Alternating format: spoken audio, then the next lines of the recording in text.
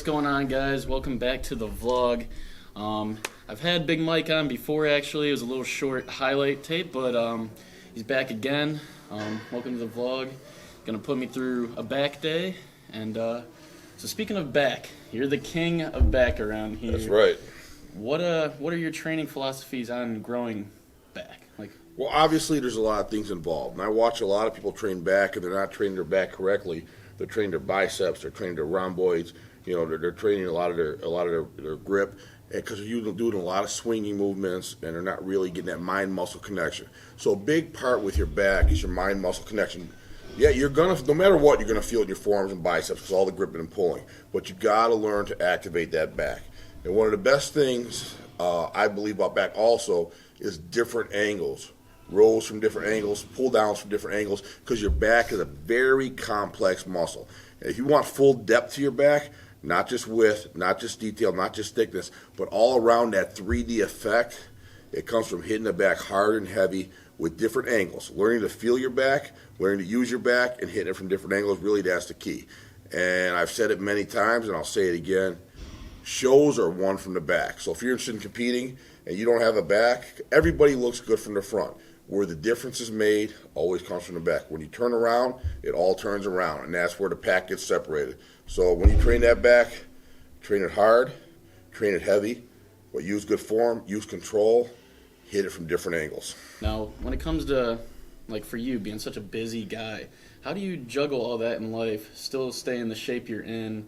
Like me, I'm going through like a lot personally in my life with, you know, my personal stuff and trying to balance that with my show. Like, how do you balance everything you got going on with all your clients looking up to you, messaging you, constantly asking you questions, and you go on with your life, you know? Well, because this is my way of life, you know, and that's really the key. You know, my clients feed off the fact that not only do I have the knowledge and ability to push them, but I'm living what I'm preaching to them, you know? So it's my way of life that I'm giving to them. So my passion, they can sense my passion that in my own life that goes on to them. So you just have to live it. You have to love it. You know, if you want to be really good at something, you have to love doing it. And whether I was training clients or not, this is what I would be doing.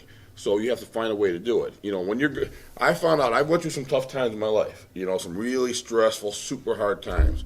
And I found out if it wasn't for your training and be on point with that, man, life would be so much harder to get through. But when you're going through some tough times, one of the best things you can do is get in here and kill a workout. That's your therapy. It resets your mind, resets your thought process. It gives you a positive attitude. Not that it's going to fix your problems, but it's going to reset you so you can handle your problems. No doubt. And the toughest times in my life, if it wasn't for this, I probably wouldn't have made it. So you just have to prioritize. I always say, if you want something bad enough, you'll find a way to do it. If you don't want it bad enough, you can find 50 excuses that sound good, and everybody will agree with you. You know, you'll say, I'm too busy, I can't do it. And they'll say, yeah, you're right, you can't do it. You are too busy, you got this going on, you got that going on. You know, they'll agree with you, and, you know, you just won't accomplish it. But if you want something bad enough, you will find a way. I've seen moms that work 2 jobs that are single mothers with kids find a way. They're doing their cardio at 3 in the morning. You know, they're getting to the gym at 4, whatever they got to do, 4 in the morning, taking their kids with them, putting them in daycare, doing whatever they have to do, doing meal prep when they get home because they wanted it bad enough. You know, if you want something bad enough, you'll find a way. You know, so what you have to do is, first off, even myself, I was talking to somebody about the other day, I have to have a goal. Even though I'm retired from pro bodybuilding, you know, now my avenue is more towards getting other people, whether it be competitors or clients, to another level and helping them achieve their dreams. You have to have your own personal goals. Sure. And you have to have those goals. You have to make goals so you have something to wake up for and to fight for. If you don't make a goal, you're just going to be complacent and start sliding backwards. So whether it be a big goal or a small goal, you have to make goals in life and go after them and accomplish them. And I always tell everybody, all those problems you have outside of life, they ain't going anywhere. So whether you get in here and do something or not, those problems are going to be there. Sure. But you will handle them a lot better if you take care of yourself. So what was your why? Like, what got you started into fitness? When did you realize, like, you have a true passion for it? Because that's one of my favorite things about you. The first day I did meet you, I could just see it, that you had a passion for this. You had a true love for this. It wasn't necessarily about the, how do I put it, the monetary gains, I guess, or the materialistic gains of it. It was, you had, it seems, a true passion and enjoyment for helping people and changing lives for the better. Well, if that's not the reason you're in this business, you're in the wrong business. I tell people that when they start out. I get trainers and people that want to be trainers and coaches come to me and they'll say, what do I have to do to be successful? I want to be able to make a living at this. And I tell them, first and foremost, you have to be passionate about helping others. You have to love what you do. You have to live your life that way. Then you have to be passionate about helping others do it. Because if you're not going to be good at it, okay? You can't be in it for the money. You have to be in it to help other people and be passionate about helping them with what's helped you in life. And if you are passionate about it, then the money's going to come. Yeah. Because those people feed off that. Your clientele will build up. Your clients will stay with you. Where it all comes about, people can feed off your energy and your passion. So if you are passionate about it, the money will come. What is my why? I'll tell you. I grew up in a rough area, the inner city of Cleveland, pretty much on the streets. And this changed my life. One day, this was put in front of me, me and a couple friends went into a gym and, we asked about it and started working out, and they dropped out after about a month, and I just kept going ever since.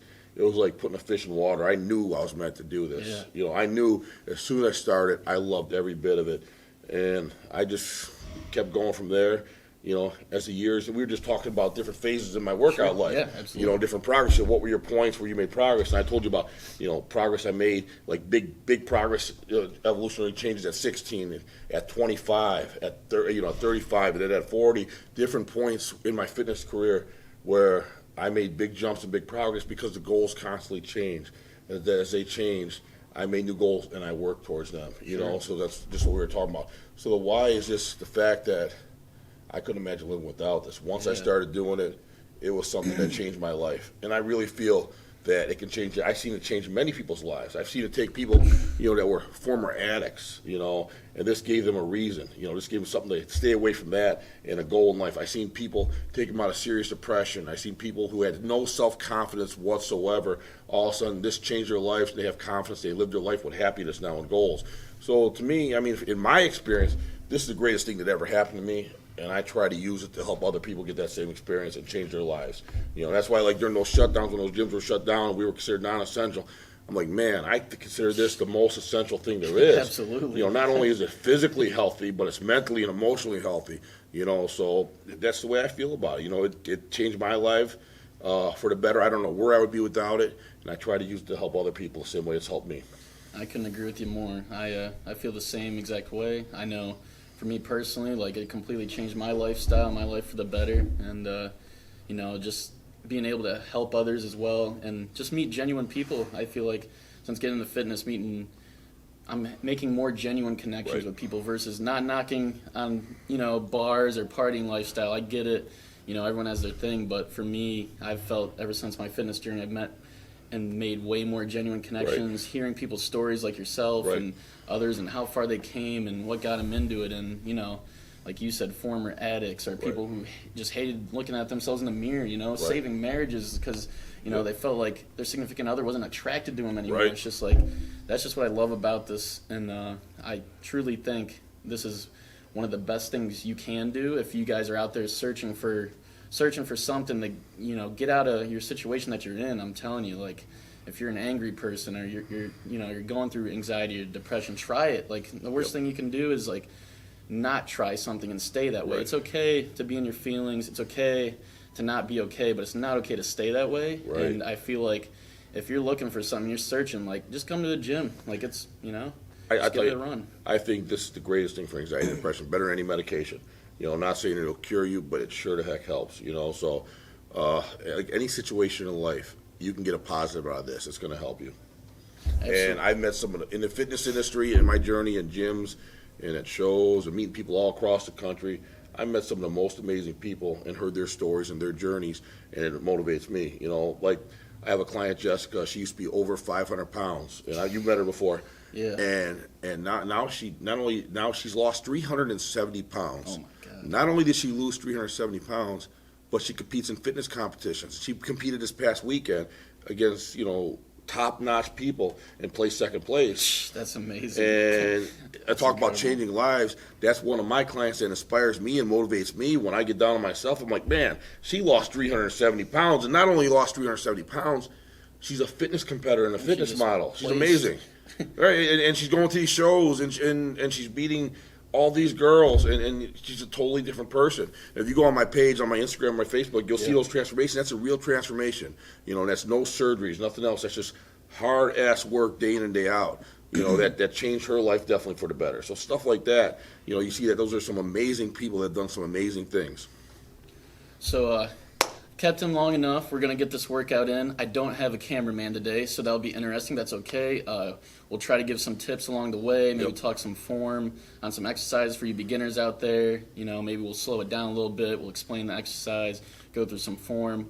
Hopefully Big Mike doesn't kill me too bad today, but no, I'll be nice. I'm here to work, so we're going to get it in still. I'm going to put all his information as usual. I'm going to tag it in the description, check his page out. Like he said, there's a lot of good transformations on there and great stories. That's the best thing, you know. It's nice if you want to compete and all, but really we're trying to like change lives and better this world, spread positivity out there. And sometimes the best stories are are kind of hidden and behind the scenes, and Big Mike has a lot of those clients in his portfolio. Right, competitor is just a small part of it. You know, some of my greatest things that I love that we have done is the transformations before and afters. You know, and come check that out. It's amazing. You know, just changing people's lives. You don't have to compete. You know, whether your goal is to get lean, to get toned, if it's to hit the stage, or if it's just to get some confidence and, fit in some clothes and feel good about yourself. Whatever it is, we can make it happen. So what day is it today, Troy? It's big motherfucking back day. Hell yeah, let's go do it. Let's go do it. Hopefully my mom's not watching. We're going to start with some straight arm pull downs. And what we're going to do is called an FSD 7. That's something that I've got from Hani Rambad, probably one of the greatest coaches in the history, who has more Olympia titles than anybody else. And he invented, FST stands for fastest stretching technique. You're doing 7 sets, about 30 to 40 seconds rest to get a lot of blood to that area and really stretch that muscle faster so it gets room to grow. You can either start or finish with it. We're going to start with it to pre-exhaust your lats, pre-exhaust our lats. So we're going to start with a straight arm pull down so those lats get pre-exhausted. So that way when we're doing rows and pull downs and everything else, we'll really have that mind-muscle connection set to hit the back and take out a lot of those auxiliary muscles. So the way I'm going to have you do this, Troy, grab right here, you're going to lock yourself in, you're going to come down, contract the back, come up, nice and control, just like that. All right, let's go for it.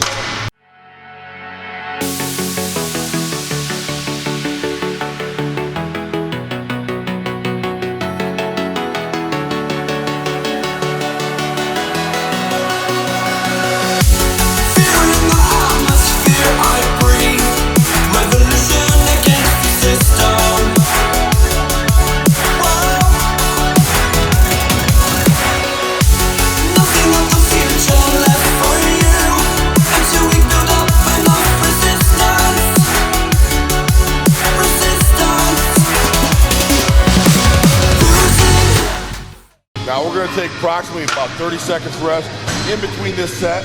Have grab right here, drop down, and really stretch those lats. One thing I like to do when training back is do a lot of stretching in between sets. Because not only does that keep that muscle fast and pliable, but it keeps that mind-muscle connection going. Because you're going to feel that back stretching. Now when you do that set, you're going to activate it first.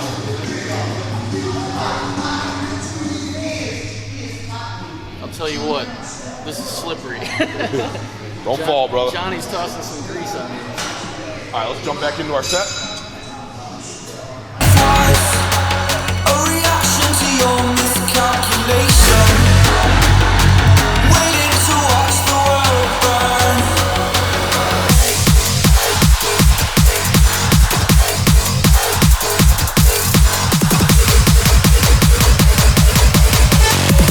Waiting to watch the world burn.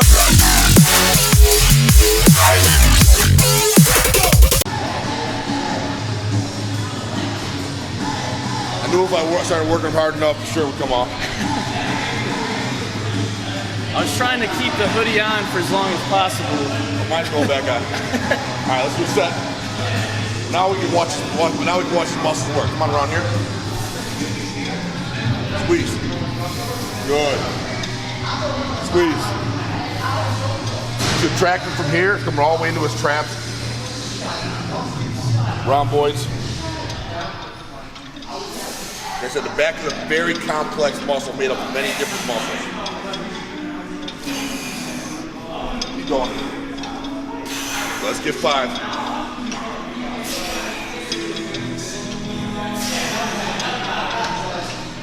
2 more, squeeze. 1 more, pull it down.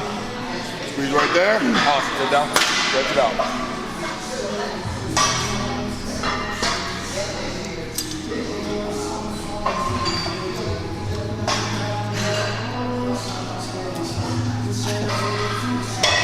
And I'll tell you, when you're stretching in between these sets, the stretch hurts even more than doing the exercise. It hurts. Man, it gets deep in there. It's a burn, man. 4 of 7. Good. Notice it's nice and controlled. Each rep keeps the tractors back.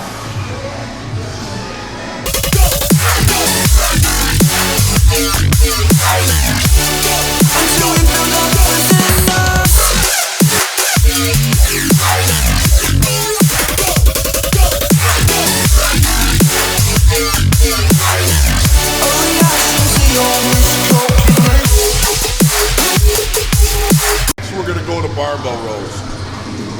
The exercise that built a lot of the great backs. I've never seen a great back not built with some type of rowing movement, okay? Ronnie Coleman, Dorian Yates, Lee Haney, all were big advocates of rows with different angles, okay? Dorian Yates made the underhand grip famous at a 45. That's what we're going to start with. So you're going to have an underhand grip. You're going to be at a 45 degree angle like this. Put a good strong arch in your back so you don't hurt your back. Keep the bar close to your body, not out here. Drag it up, contract. Drag it up and contract. All right, let's go for a try.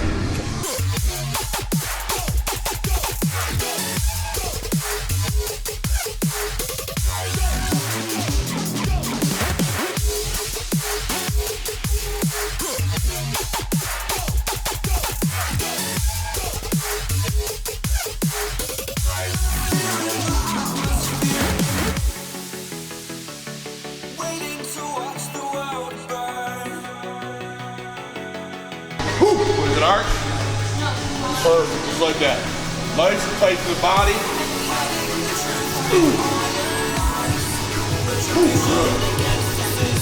Use no momentum at all. All this is working. Not only those lats, those round boys, eat those upper traps.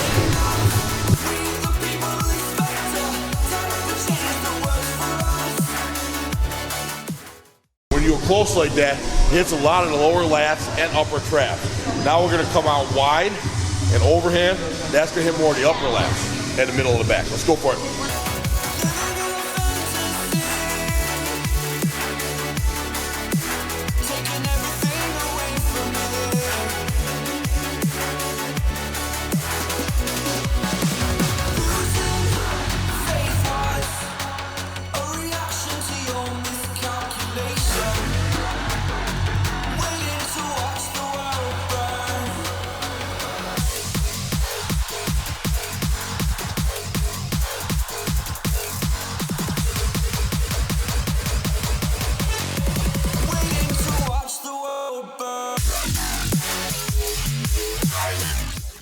Combine 2 different type of rowing movements. We're gonna go with the seated pulley rows, okay? When the grip we're gonna use is gonna hit the lower lats, come from the bottom coming up. We're gonna superset it with an exercise over here. Opposite movement. Come from the top to the bottom, okay? So 2 different angles, 2 different parts of the back. The first thing I'm gonna do is change the bar in there so we can hit that with an underhand grip, really blow out those lower lats.